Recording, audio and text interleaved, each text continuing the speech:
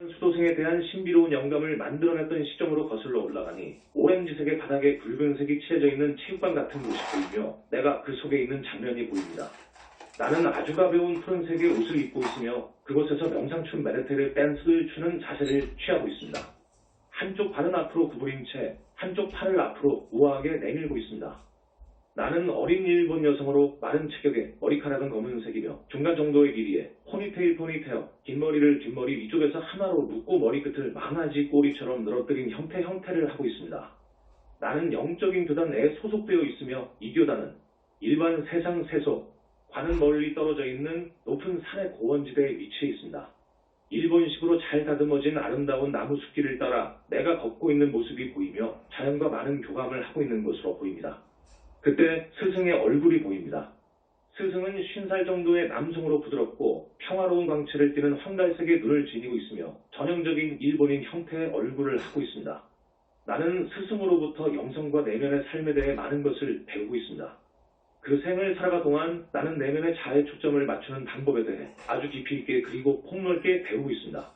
이로 인해 내 안에는 자연과 사람들을 정확하게 인식할 수 있는 능력이 생겨나고 있습니다. 이 교단 교토에 있는 에서는 영적인 발전이 육체적으로 명상의 춤 댄스 메디테이션을 추는 것과 결부되어 있으므로 육체가 지닌 성적인 에너지는 승화됨으로써 독신으로 살아감에도 불구하고 육체적으로는 성적인 불만이 전혀 쌓이지 않습니다. 이 교단 내에서 나는 거친 바깥 세상과 분리되어 아주 안전하며 보호받고 있다고 느끼고 있습니다. 이 시기는 대략 기원전 3세기 경이라고 믿고 있습니다. 나는 교단 바깥에 있는 일반 사람들 및 생명들과는 거의 접촉을 하지 않고 있으며 그렇게 하고 싶어 하지도 않습니다. 나의 최우선 과제는 정신적으로 성장하는 것이며 나는 이 분야에서 상당한 발전 진보를 이루고 있습니다. 하지만 이와 가치전적으로 자기 자신에게 집중하는 것 속에는 일종의 자기도취증 자기중심주의와 평범한 일반인들에 대한 경멸멸시 내포되어 있습니다. 나는 그들의 삶이 무엇을 중심으로 돌아가고 있는지 이해하지 못하고 있을 뿐만 아니라 나에게는 그것이 중요하다고 느껴지지도 않습니다.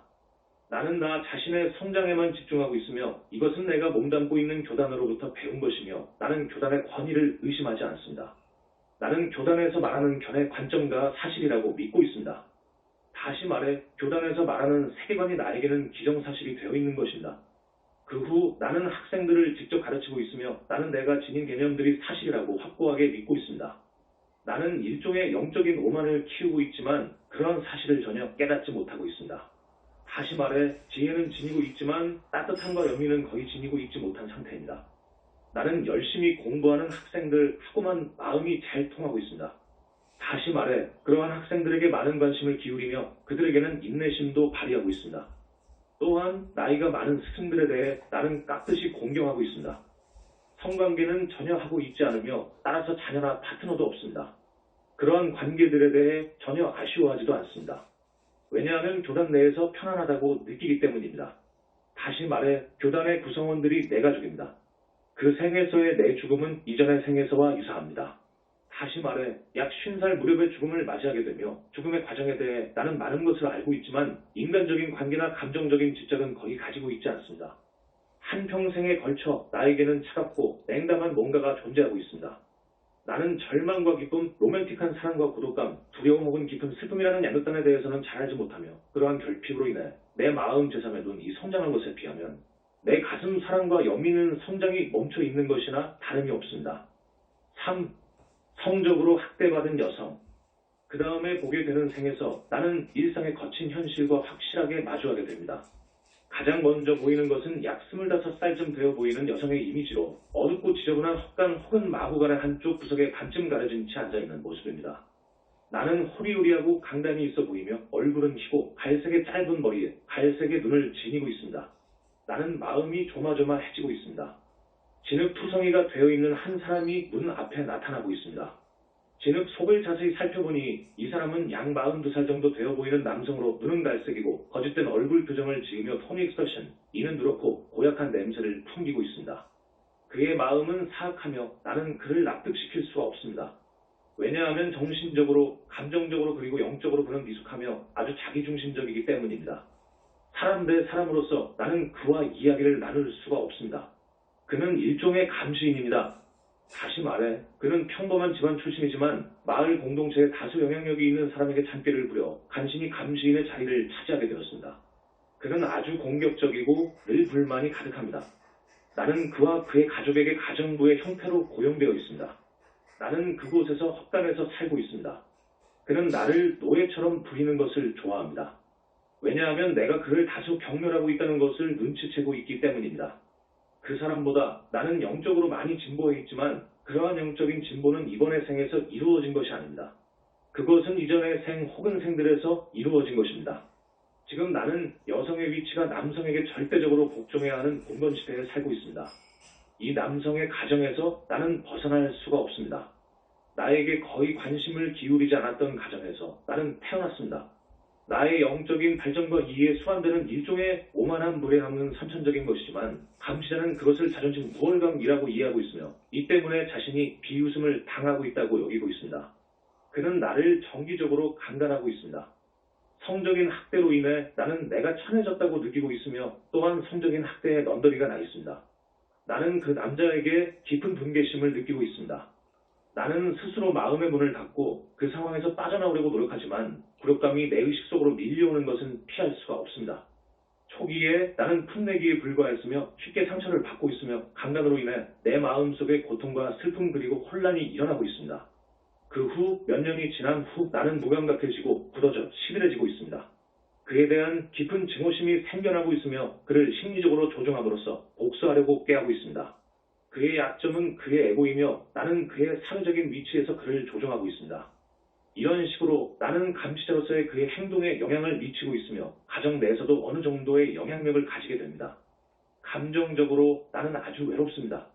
왜냐하면 그가 내가 알고 있는 유일한 남자이기 때문이며 몇 년이 지난 후 나는 그로부터 약간의 애정을 받을 수 있을 거라는 희망을 가지기 시작합니다. 이따금씩 그 헛간에 앉아 나는 그를 기다리기도 합니다.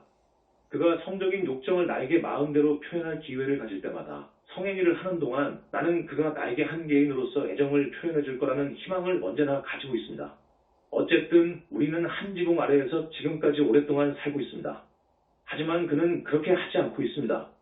그는 집단 더미 위에서도 나와 성행위를 하며 그런 다음에는 뒤도 돌아보지 않고 나가고 있습니다. 나는 거기에 누운 채로 심한 굴욕감을 느끼며 실망해하고 있습니다. 매번 나는 조그마한 사랑을 기대하고 있습니다. 왜냐하면 내면적으로 끔찍할 정도로 외롭기 때문입니다.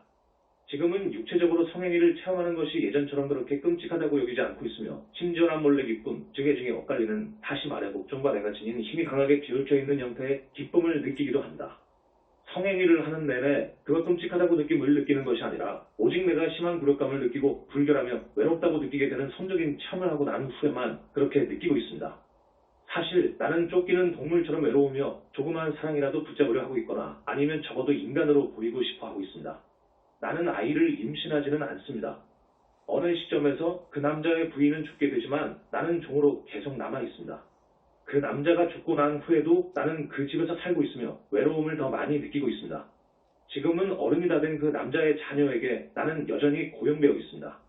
작은 오두막에서 오두막에는 앉아 있을 수 있는 작은 공간 뒤에 먹을 수 있는 공간이 있음 나는 혼자서 죽음을 맞이하고 있습니다. 나는 심장마비나 과도한 호흡기 장애를 일으키는 병을 앓고 있습니다. 나는 공기를 더 이상 폐로 빨아들일 수가 없습니다. 내가 앉아있는 공간의 벽에 기댄 채로 몸을 떨면서 서서히 죽어가는 모습이 보입니다. 나는 60대 초반입니다. 나는 외로우며 무감각해져 굳어 있습니다. 작별 인사를 해야 할 사람도 없으며 아무도 나를 그리워하지도 않을 것입니다. 두 눈이 부풀어 오르며 내가 죽어가는 것이 보입니다. 내가 몸 밖으로 빠져나오니 나를 데려가려고 하는 천사들이 있지만 나는 천사들의 부드러운 사랑과 위로를 받아들이려고 하지 않습니다. 나는 쇠약해져 내 가슴은 돌로 변했으며 내 주위에는 암울한 우울함을 나타내는 짙은 회색의 빛이 드리워져 있습니다. 나는 차가워졌으며 내 존재 속에 어떠한 빛이나 따뜻함도 더 이상 존재하지 않습니다. 하지만 내 안에는 딱딱하게 굳어진 분노가 존재하고 있습니다. 이 생의 마지막에 내 속에는 위험한 잔류물이 남아 있습니다. 다시 말해 사실 그 생에서 행복과 유사한 것을 나에게 주었던 유일한 것은 힘 파워 능력과 결합된 섹스였습니다.